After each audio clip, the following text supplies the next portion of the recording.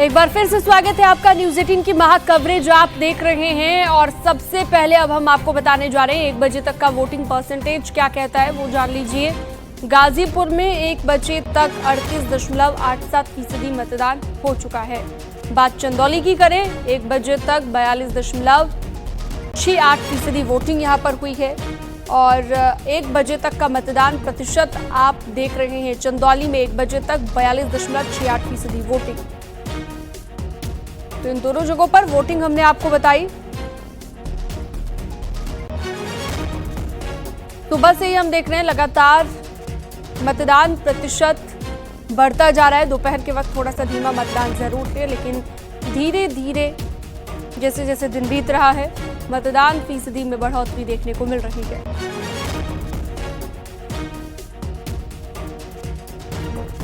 मुख्यमंत्री योगी आदित्यनाथ ने जहां लोगों से वोट की अपील की है, तो वहीं पीएम मोदी की साधना पर सवाल उठाने वालों को करारा जवाब दिया है। मोदी जी की यह आराधना एक आध्यात्मिक आराधना, यह आध्यात्मिक आराधना राष्ट्र आराधना है। भारत माता के श्री चरणों में वह एक आराधना है जो राष्ट्र को समर्पित है। भारत की 140 करोड़ जनता की, जनार्दन की सेवा के लिए, उनके उज्जवल भविष्य के लिए समर्पित है। और ये भारत की परंपरा है। जिनके मन में भारत के प्रति आस्था का भाव नहीं है, भारत के सनातन मूल्यों और आदर्शों की ध्वजियां उड़ाना जिन्होंने अपने जीवन का उद्देश्य समझ लिया था और जिनके कारनामों से जनता उनको बार बार ठुकराई है, वे लोग मोदी जी के इस ध्यान साधना और इस राष्ट्र आराधना का मखौल भले ही उड़ा सकते हैं, लेकिन जनता जनार्दन अपने नेता के समर्थन में और उनके पूरे कार्यक्रमों के साथ, पूरे समर्पित भाव के साथ जुड़ी हुई है। और जनता जनार्दन का पूरा आशीर्वाद, पूरा स्नेह मोदी जी के साथ में है। और हम विश्वास के साथ कह सकते हैं कि यह मोदी जी की ध्यान साधना का कार्यक्रम भी राष्ट्र आराधना का हिस्सा है और इसका लाभ भी देश को प्राप्त होगा। कैबिनेट मंत्री ओपी राजभर ने कहा है कि कहीं पर कोई चुनौती नहीं है, विपक्ष लड़ाई में ही नहीं है, सिर्फ भ्रम में है। राजभर ने कहा कि 4 जून के बाद विपक्षी दलों के नेता विदेश भाग जाएंगे। बड़ी चुनौती लग रही है आपको? कोई चुनौती नहीं है, कहीं चुनौती नहीं है ना कहीं लड़ाई है।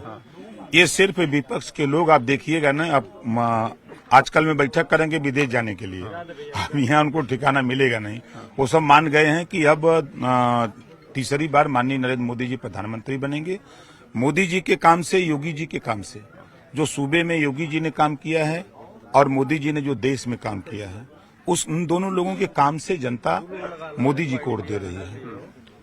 आपके बेटे अरविंद राजभर भी घोषित से चुनाव लड़ रहे हैं, क्या लगता है वहाँ का जो जातीय समीकरण है वो कितना बड़ा चुनौतीपूर्ण? कोई चुनौती नहीं है, किसी को पता ही नहीं है। जितना वोट समाजवादी पार्टी के प्रत्याशी का है उससे 2.5 गुना ज्यादा वोट विश्वकर्मा लोहार का है, उनसे 4 गुना ज्यादा वोट गोंड खरवार का है, उनसे कम से कम बता रहा हूं कि 20 गुना ज्यादा वोट अकेले भर का है, उनसे 15 गुना ज्यादा वोट चौहान का है।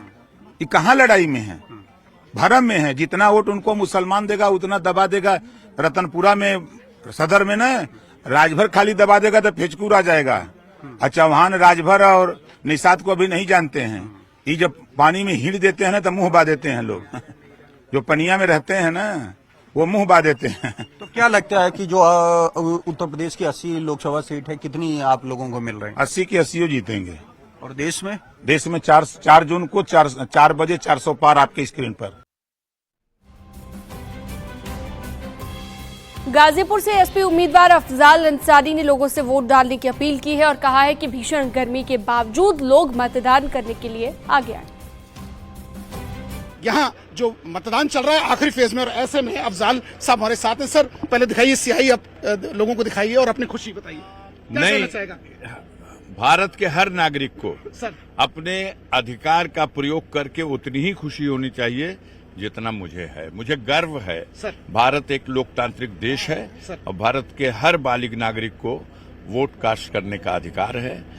आज अंतिम चरण का जो मतदान हो रहा, बेहद गर्मी है, बहुत कष्ट होगा हमारी महिलाओं को, खासतौर से गर्भवती महिलाओं को, हमारे बुजुर्गों को, लेकिन चुनाव आयोग का इंतजाम करने वाले मालिकों को इसका एहसास हो। देखिए कितने आज मतदान कर्मी इस दुनिया को छोड़ के चले जाते हैं, कितने मतदाताओं के ऊपर क्या बीतती है, लेकिन लोकतंत्र के लिए हर त्याग, हर कुर्बानी देने को लिए जनता तैयार है। बस एक आखिरी चीज सर, क्या कहना चाहेंगे इस मौसम को लेकर और राजनीतिक मौसम को लेकर सर? राजनीतिक मौसम तो चकाचक है। 4 तारीख को इंडिया गठबंधन की सरकार दिल्ली में बनने जा रही है, विदाई होगी धूमधाम से।